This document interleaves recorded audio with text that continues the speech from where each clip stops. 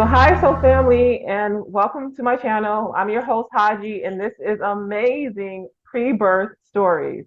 Our guests, plural, today are Elizabeth Carmen and Neil Carmen. Elizabeth and Neil, welcome to the show.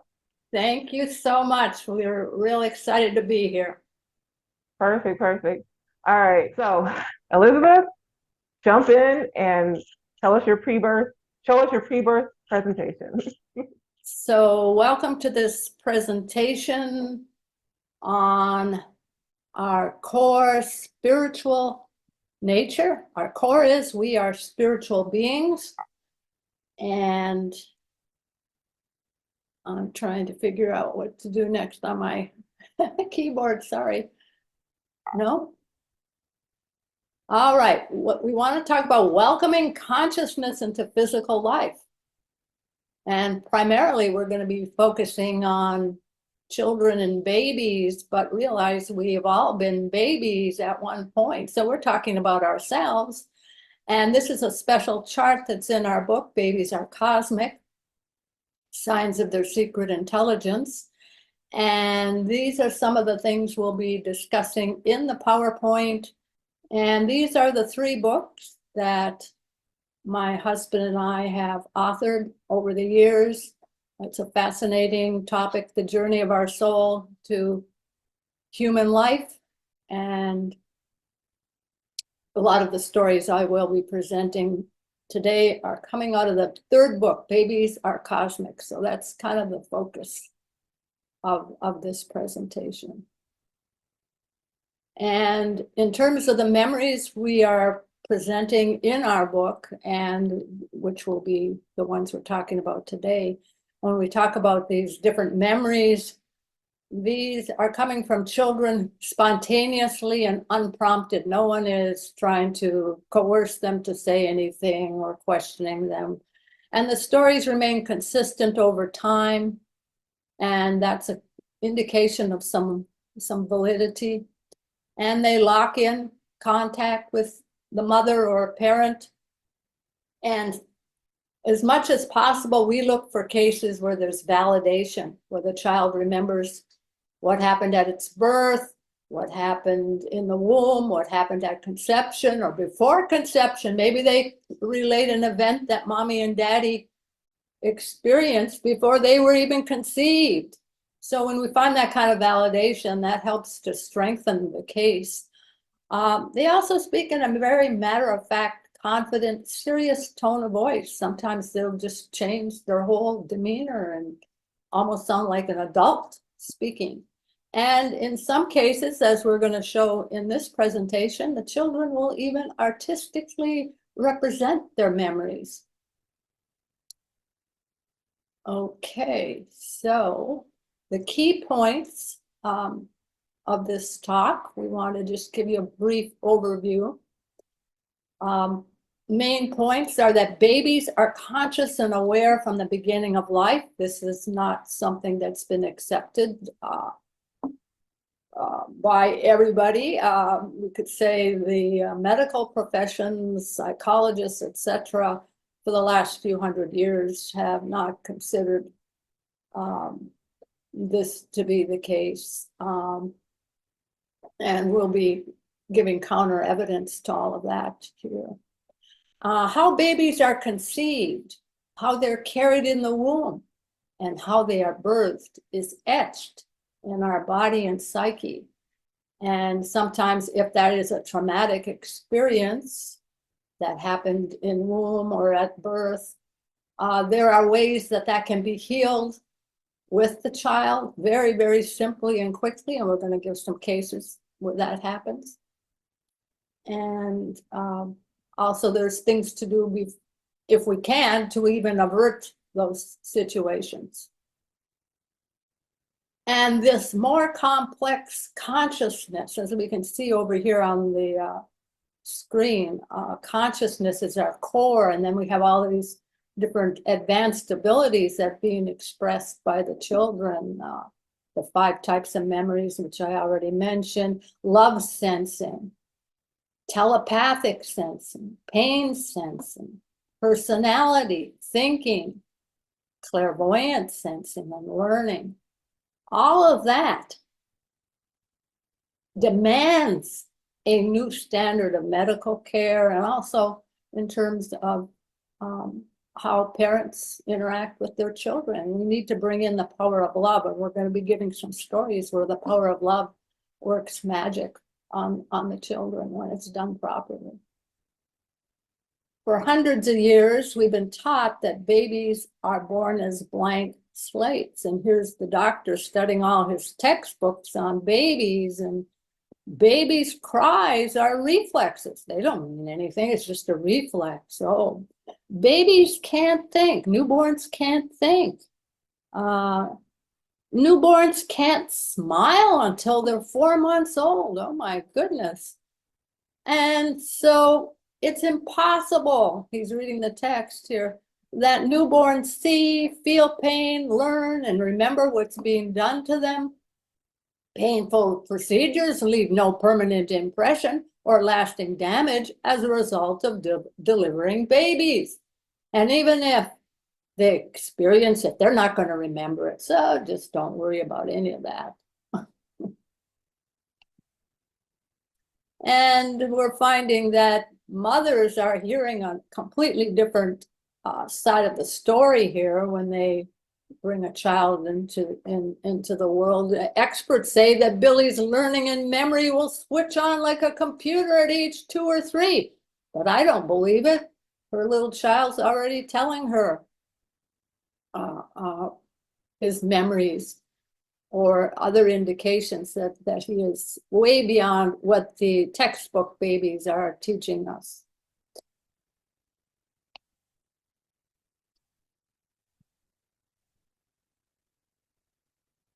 We're going to move to a beautiful story that comes to us from Japan, a little boy by the name of Senna.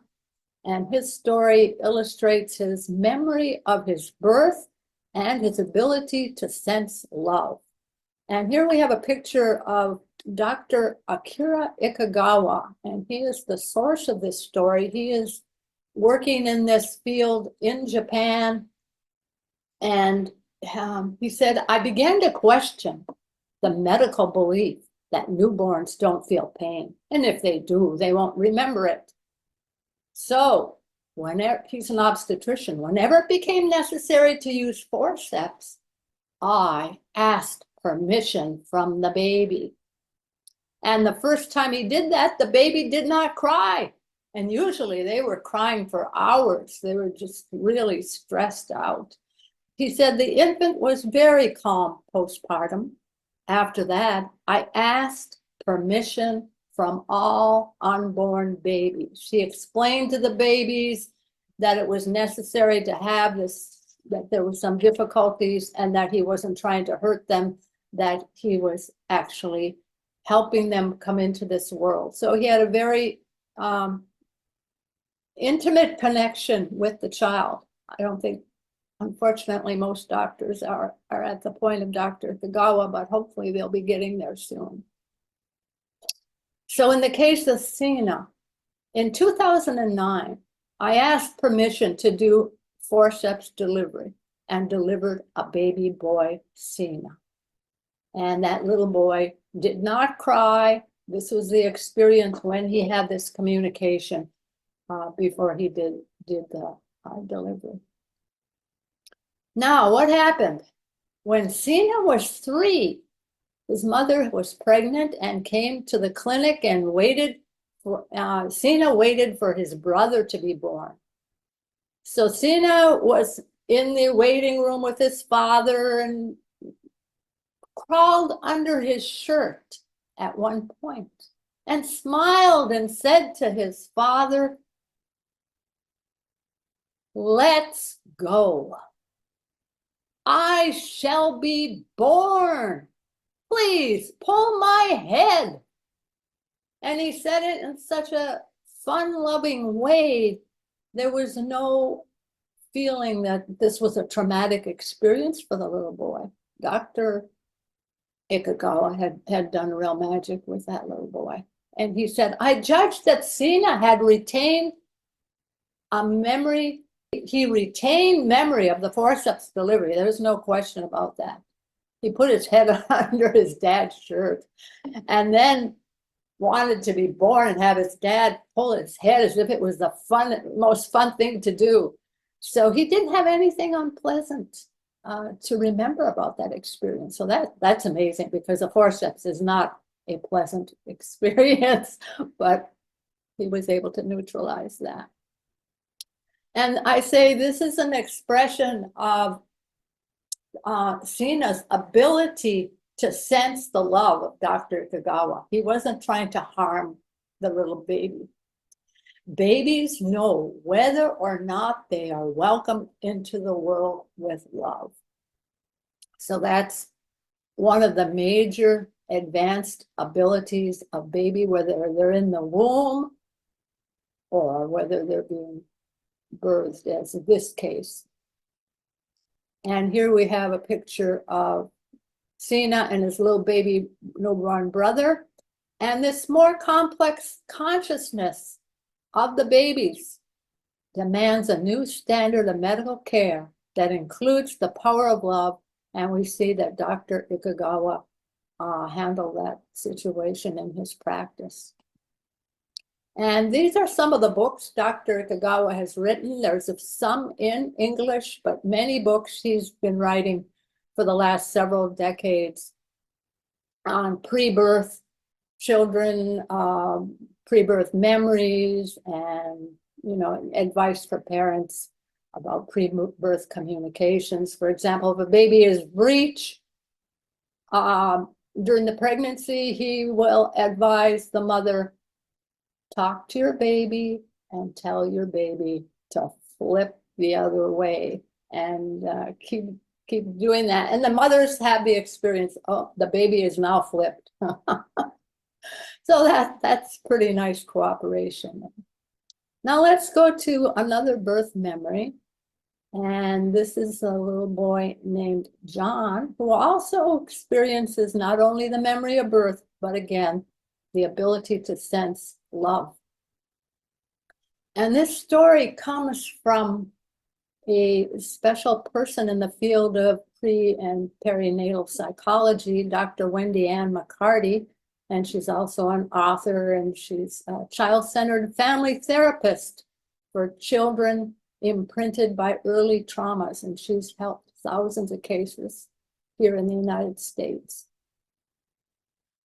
And she says, we're talking here about this compassionate, authentic conversation. Many healings happen in the children when parents tell their children what really happened during pregnancy or at birth. And it is never too early, and it is never too late to talk things over.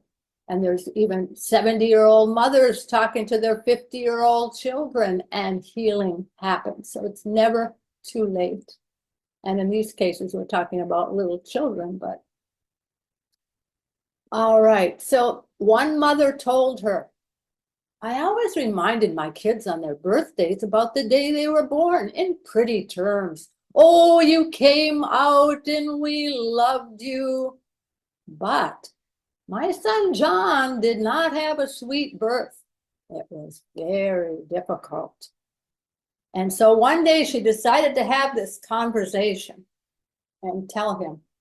We were alone together in the car, and he was in his car seat. I said, I want to tell you more about your birth. And she said, we wanted to have you at home, but there were several difficulties, and we had to go to the hospital. It was really painful. And John chimed in, he's in his car seat. Baby was backwards. Ooh, wow. What did you say? Oh, I didn't say anything. It was that quick, his memory came out and then it went back in. So what we're talking about here when she said, yes, the baby was backwards. The baby was posterior. You are right. And you can see in the diagram here on the right side of the screen. Posterior means that the spine of the baby is up against the spine of the mother. So the baby is facing outward, looking ahead. And that is a difficult position to maneuver through the birth canal, whereas the other position, the head goes through much more easily in the whole body, of course. So the little boy, nobody had ever told him, but he had a very difficult birth. So she went on. When you came out, you had this big crease across your forehead. You were all bruised. It looked like it had been really tight inside. I'm so sorry. It must have been painful. You cried and you cried and you cried so hard for hours. And I had some problems, so I could not hold you. We were separated and I couldn't comfort you. It broke my heart. I'm so sorry. And he didn't say anything. They were riding in the car and they got home. And then there was a dramatic change, but let's hear her say what his basic issue was here. From the time John was a baby, he cried a lot and he cried very loud. And when he started talking, he talked at a shout. It was so consistent. We kept him away from places because he talked so loud, it was disruptive. Oh, we had his ears tested. We took him to behavioral training. Nothing helped. When I acknowledged how difficult his birth must have been and that I was sorry, John never talked loud again. Isn't that amazing? And this didn't take some weeks or months or something. They were having the conversation in the car. And when they got home, she noticed something was different in the house. What's different? Oh, John is not shouting. And so it was immediate. Just hearing the honest, authentic, compassionate truth that, I'm sorry that this happened. And Dr. McCarty analyzes it and says, it was as if that deep part in John hadn't been heard. Nobody, when he was crying from his pain as a newborn, nobody heard him. His mother didn't comfort him. She was taken into another room. And that is what he needed. He needed to be heard. He needed to be recognized and heard and someone to care for him. She met that need when she told him, and the whole pattern melted away. So just think of all that they did before this. They went to the ear doctor, thought, well, maybe he has a hearing problem. And they went to behavioral training, but none of that. Our next story takes us into womb memory. And in this case, Kaku, who's a little 5-year-old Japanese boy in this story, also was aware of pain sensing and clairvoyant sensing. And this comes again from Dr. Ikagawa's research. One day, Kaku became very angry at his mother. Mom, why did you do that? A needle came in when I was in your tummy. It was very scary. Now, the backside of this story is 5-year-old Kaku is talking about something that happened to his mother when she went to the doctor. When he was this size, you can see in the palm, he was only 10 weeks old when his mother had a chorionic villus sample with a catheter. And so his fetal body would have been a mere inches long. And yet how could he see a needle coming in and also be fearful?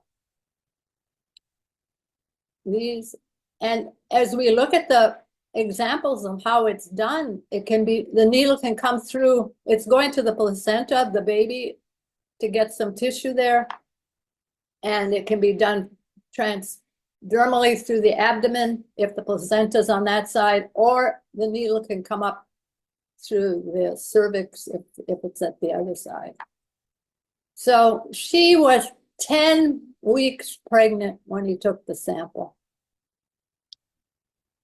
I think that's truly amazing. And if she was a patient of Dr. Ikagawa, I'm sure, I don't know if she was or not. He may have just heard about this case, but I think it might have been a different doctor.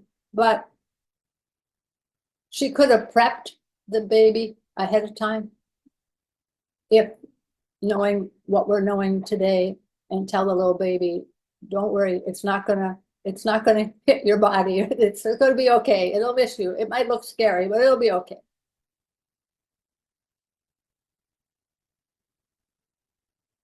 So the example of seeing the needle is a clairvoyant ability to see people or events happening at a location beyond sight, or that are not visible using normal sight, as when baby's eyes are fused shut in the womb. Well, that baby's eyes were not open, that is for sure. And some more information about this. This is not unique. There have been many cases where parents have gone in for amniocentesis, for example, and the baby is watched on the screen, and the baby shows very strong emotion. And Dr. David Chamberlain, who's written a lot about birth psychology, said observations between 16 and 20 weeks of gestation during amniocentesis, that's where they're putting a needle through the abdominal area to get some liquid from the amniotic sac, reveal fearful reactions. Oftentimes the babies will be seen on the ultrasound screen. They're batting at the needle, or they're cringing and going off and hiding in another part of as far away from the needle as possible. When they have found that their birth rate or their heart rate increases, and they withdraw from normal activity for a period of hours or even days. So this is something that could be averted through the techniques such as Dr. Kagawa uses of speaking to the baby ahead of time. The mother can even prepare the baby. Now we're moving to another interesting womb memory. Also, love sensing and clairvoyant sensing are part of this memory. And the mother relates that when she was pregnant with her son, Glenn, she had a sonogram at 20 weeks. She was starting to lose amniotic fluid, and so she went to the doctor. And he looked grim and explained, I've had pregnant women with low fluid, but this is the first time I've seen none. No amniotic fluid at 20 weeks. You have lost all the fluid due to a tear in the membrane that contains the baby and the fluid surrounding it. This is a rare condition, usually fatal. There's nothing to be done. Your only option is to abort. And this mother did not go along with that. She had a deep intuition that everything was going to be okay. So she sought out another opinion.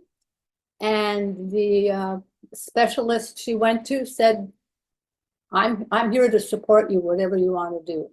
Whatever you want to do, we can work together. So she followed his guidance and did a lot of rest, and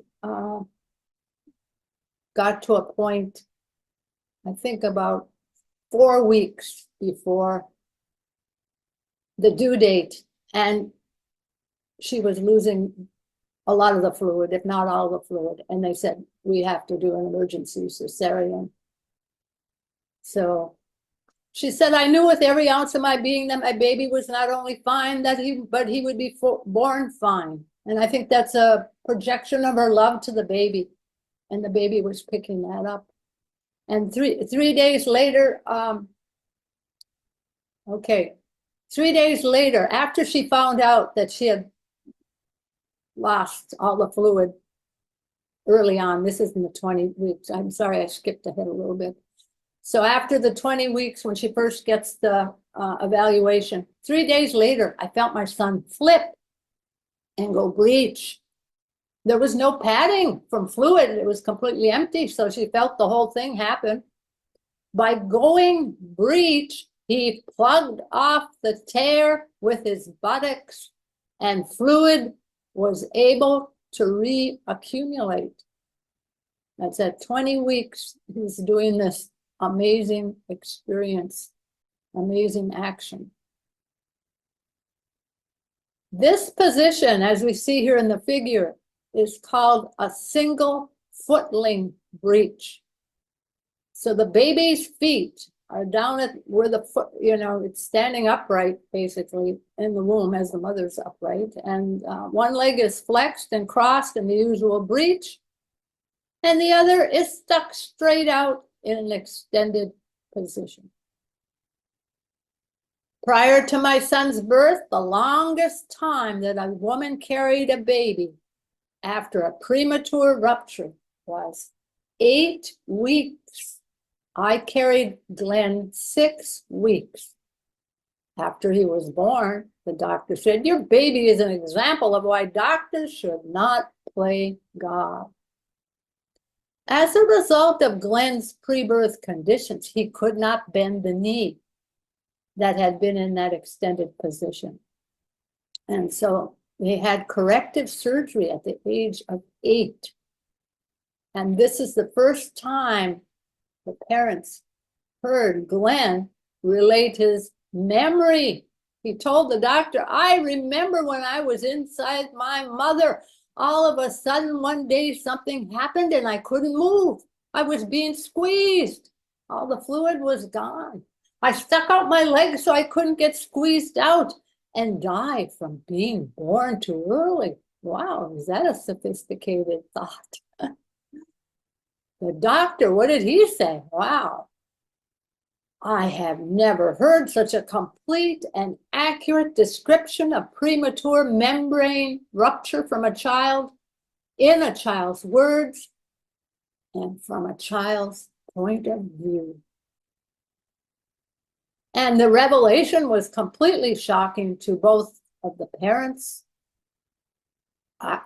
Kate said, I had never talked about the circumstances surrounding his birth in front of my son. I didn't think he would ever understand all of the complexities. And I interviewed Glenn also, besides the mother, and he was 22 at this time when I talked to him. And he said, as long as I can remember, I knew my knee problem was because of the way I was born. And when I was 5 or 6, my first grade teacher asked, why don't you run and play at recess with the other kids? How come you're not outside playing? My leg is messed up. Well, how was your leg messed up? It's because of the way I was born. So he had this amazing memory. And I think the awareness of his mother's love was also there that helped them get through this, like an unbelievable birth of a child in new circumstances. And another story to share is Carmen's womb memory. And again, love sensing. Love sensing, you see, is coming up quite a bit on each of these cases. And this is coming from Dr. Wendy McCarty. And we had an earlier experience where she gave the example of the boy born posterior and then the healing where he was talking loud and he didn't do it anymore when he heard the real story. So now we're having another example of that coming up in terms of womb memory. So she says couples oftentimes have very mixed feelings when they find out they're pregnant. And after a month or so, they may come to peace with it and they start to get ready for the baby. But from the baby's standpoint, the baby needs to go back to that original place where they discovered they were pregnant and talk about their feelings. So we have a situation here where the father is telling us this story. His name is Eduardo, and he said, when my wife became pregnant with my fourth daughter, I was angry. I didn't want more children. We had been trying not to have more children. I was angry throughout the whole pregnancy. I just withdrew into work. After my daughter Carmen was born, she and I never really clicked. Everything changed when she was 2. That was after I attended Dr. McCarty's seminar and learned about the conscious baby before birth and how important it is to welcome the baby before birth. Dr. McCarty taught when things aren't ideal, we can turn it around by talking to our child in a caring way. It is never too late. So after getting that information from Dr. McCarty, he realized he had done his daughter an injustice. Babies need to be properly welcomed, and he hadn't done that. So he decided to do something about that and speak to his daughter, which he did as soon as he got this information. And this is what he said. I want to tell you, when you first came into mommy's tummy, when we found out we were pregnant, I was angry because I didn't want another child. I did you a dishonor. You're a beautiful girl, a beautiful human being. You deserve to be welcomed by your father. I'm so sorry. I'm so sorry you weren't welcomed by me at first. I want you to know that. And the little girl didn't say anything. There was no other part of the conversation. But then the next day, everything shifted. She came running into the room, skipping into the room, and she gave him a big hug, and they bonded. And so again, how quick was that? Overnight, we see the change has happened in the child. Just like the little boy who heard about his birth experience from his mother in the car, and as soon as they get home in the house, he's no longer shouting. I just think this is just miraculous. And he said that conversation changed my life, and it changed the life of my child.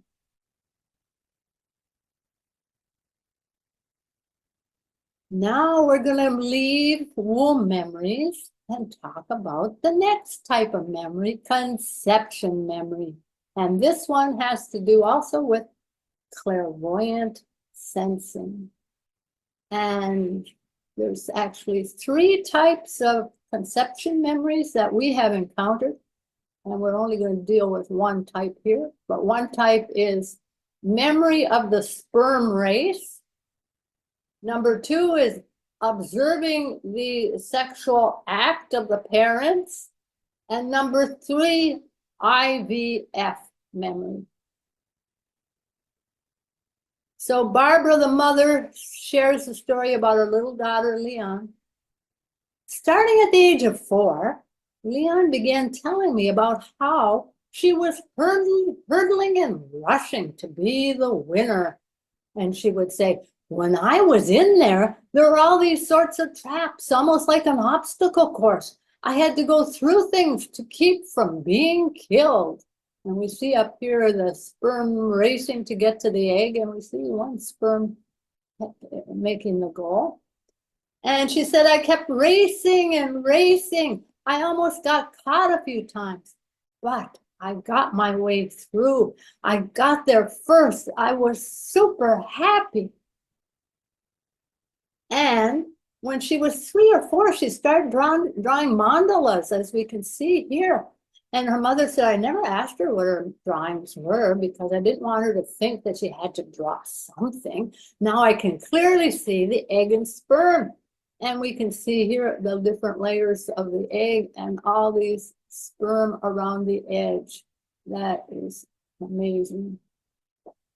Another example of a child representing its memories in the womb and even going back to conception comes to us from French psychologist Veronica Mars and her husband Olivier Mars. And they collected children's drawings worldwide. And unfortunately for us who don't speak French, it's all in French. And but we can pick up something from the presentation. Sometimes they speak in English. In this case, this is a picture from the book of a 3-year-old child, Maria, and they claim that this is a sperm drawing, the way she has portrayed compared to the sperm on the right. And I agree, that's very interesting parallel. And among other things, she was drawing also womb time memory. And in Japan, we have another example. 3 examples of children who are representing their memories of conception and the sperm race and drawing it. Isu Yamamoto, and then Dr. Isagawa gives us this story. And when he was about 3 years old, he started talking to his mother. I became like a long worm. There were hundreds of us bumping shoulders. In the end, I was the only one left. So he would drop comments like that. And then at the age of 6, he started to draw all of his memories, conception memories, womb memories, birth memories. And he drew the whole sequence of the stages of the body as it developed from fertilization to birth, including the sperm race. And the mother brought the drawings to a professor of embryology at the university, and he said even though it was simplistic to some degree, it was all very accurate, the stages the little boy was drawing. And here we have his picture of the sperm race. It says, like, we were racing and it was like I came in first. And the mother said, he said that there were microbes, like an earthworm. That's how he would describe it. He doesn't know what a sperm is at that age. And at first, many of these microbes existed, and finally I became alone. And then the different stages here. He was interviewed by Dr. Isagawa when he was 9 years old. And here he's explaining his drawings, and he said, this is when I was like a sludge worm. And then the next drawing, and then my body became pustular, and I became like this. And you can see here all the different stages he's representing in his little diagram. So, the 4th type of memory we're considering now, preconception memory. Now, people can usually accept, oh, yes, the baby could remember birth. Well, maybe it could remember being in the womb. Well, I don't know if it could remember conception. It starts getting harder and harder to grapple with that idea. And now we're going even beyond physical now. We're going beyond conception, and we're talking about memories. Basically, 3 different areas found when we start looking at children's preconception memories. They remember being in another realm before birth, heaven, sky, above the clouds. They'll have different names for this existence. A large portion of them recall choosing their parents, peering down at earth from the clouds, or looking through a portal. And they'll also talk about guides or God or angels or departed family members that they met or who helped them find their parents. So these are a very big part of our research, the preconception memories, and it's amazing how many of the children have memories that go this far back, before the physical body, before our brain. And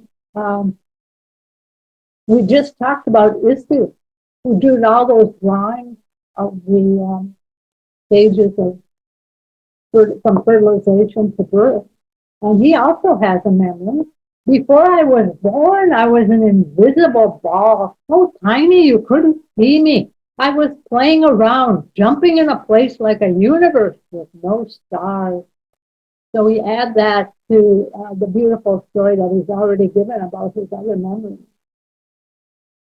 And next we want to share Santiago. Mom, I came down from heaven to earth through a tunnel, a stream of light from dark to light. I traveled in a forest. Now when his mother heard this, she said, even though my 5-year-old son, Santiago, was going to church regularly and we learned how to pray, no one taught him that he was in heaven before he was born, or that he traveled here through a tunnel. And then when he's 6 years old, we were sitting down for dinner. He became serious, looked straight into my eyes, and said, when I was in heaven, I talked to the Lord about my future parents. Mom, God gave me 2 choices. A couple with several children. I laughed. And to my right, he showed me you, all by yourself. His mother said, well, why would you want to go with this single woman, meaning herself? Why would you want to do that rather than a family that's a unit? God said that woman will definitely have more time, patience, and love for you than the family who already have children. God told me to go into your belly because I would save you from a sad life. I told God that I would love you and take care of you. Then I was shot through the sky into your womb and I became your son. I saved you, Mom. I couldn't hold back the tears. I knew he was telling the truth. He is an angel who was sent from heaven to help me through a severe problem. I had been addicted to drugs and left abandoned and pregnant. I surrendered everything for this little boy living inside of me when I got pregnant. I went to a homeless shelter for 18 months. At this proud moment, everything has turned around. I have a beautiful boyfriend who loves my son as much as his own child.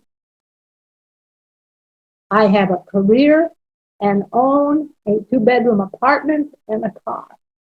I'm proud of my God-given journey. God truly blessed me with a beautiful child and a concentration to grow as a queen. Santiago makes my life worth living. He is full of love, patience, and guidance. I have an angel on earth. Wow, that is amazing. Now we go back to Japan. We have another story from Dr. Ikagawa's research. And this one, I'm kind of bringing in a lot of the memories because he has preconception, womb, and birth. He doesn't have conception memories, but pretty good. He's got 3 out of the 5 that he studied.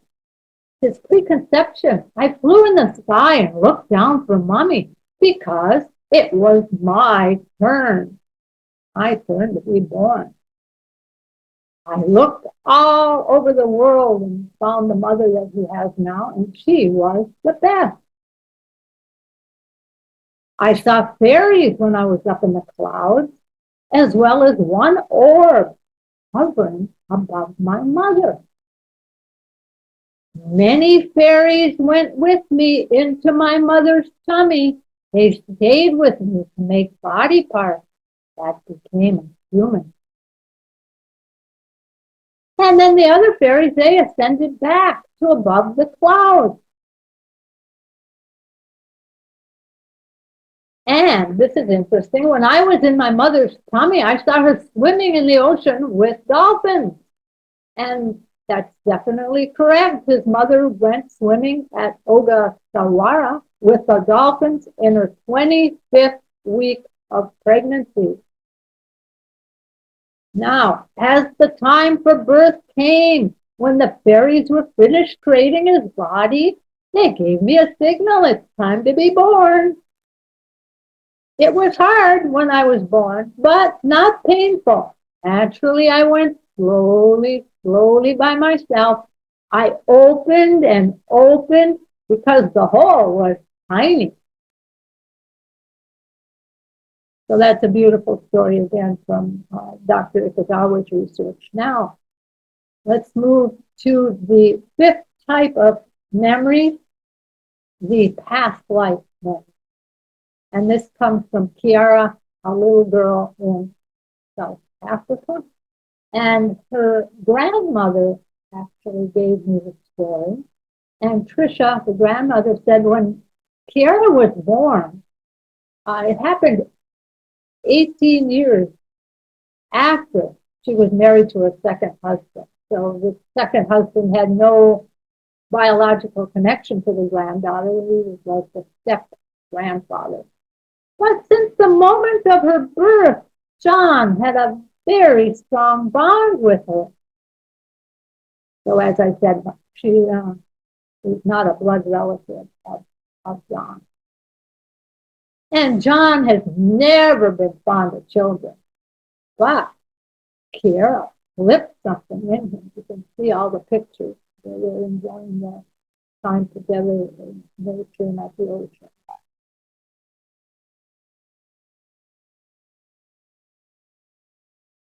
The day Kiara was born was definitely a turning point.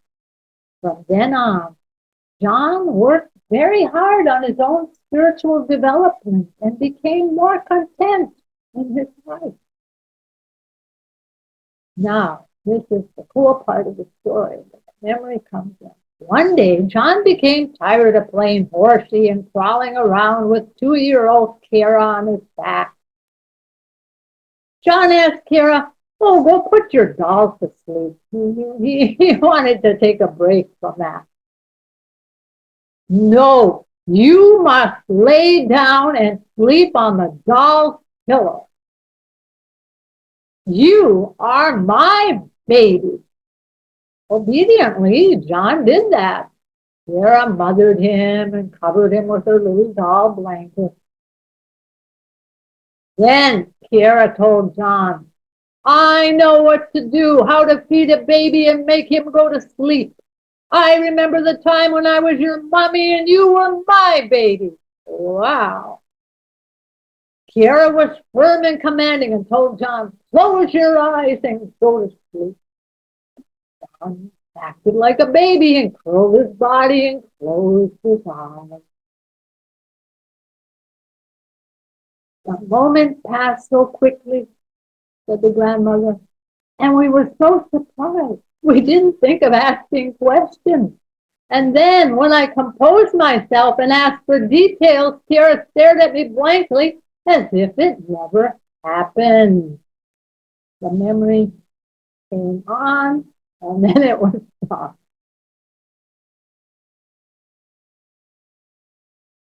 So that wraps up the 5 types of memories and bringing in some of the special abilities that we find along the way, the love sensing, the pain sensing, the clairvoyance, and let's just review our key points.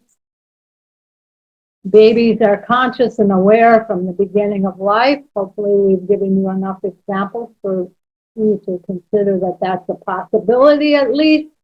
And how babies are conceived and carried in the womb and birth is etched in their body and psyche. And you see examples of how in therapy or the obstetrician, Dr. Ikazawa, how certain things that are normally traumatic can be nuked in the bud, nipped in the bud. And the more complex consciousness of babies demands a new standard of medical care that includes the power of love. Dr. Ikazawa's example of delivering the baby with forceps and the baby considering it fun. That is really demonstrating. I'd like to just do a couple little poems before we close. This is from Wordsworth. Our birth is but a sleep and a forgetting. Our soul, our life star, hath elsewhere its setting, and cometh from afar, but not in entire forgetfulness, and not in utter nakedness, but in trailing clouds of glory do we come from God, who is our home. And another description of the journey comes from Rabindranath Tagore in India. The time that my journey takes is long, and the way of it long. I came out on the chariot of the first gleam of light, and pursued my voyage through the wilderness of worlds, leaving my track on many a star and planet. The traveler has to knock at every door to come to his own. And when one has to wander through all the outer world to reach the innermost shrine at the end, my eyes strayed far and wide before I shut them and said, here you are. The question and the cry, who am I? Where did I come from? Where am I going? Melt into tears of 1,000 streams and deluge the world with a flood of assurance. I am. So I thank you for this opportunity to present our research, as we can see in these three wonderful books. And I thank all the folks who I interviewed, the parents and the children, and all the stories we shared today. And I thank the great researchers and therapists who are working in this field and bringing more enlightened ways to bring children into the world and make it a better world. And I also thank my husband, Dr. Neil Carmen, who told me back in 1989 when I started collecting stories, and I thought I was going to write a little magazine article, and he said, Elizabeth, this is more than a magazine article. This is a book or a series of books. This is an untold cosmic story about how we come into this world. Wow, thank you, Neil.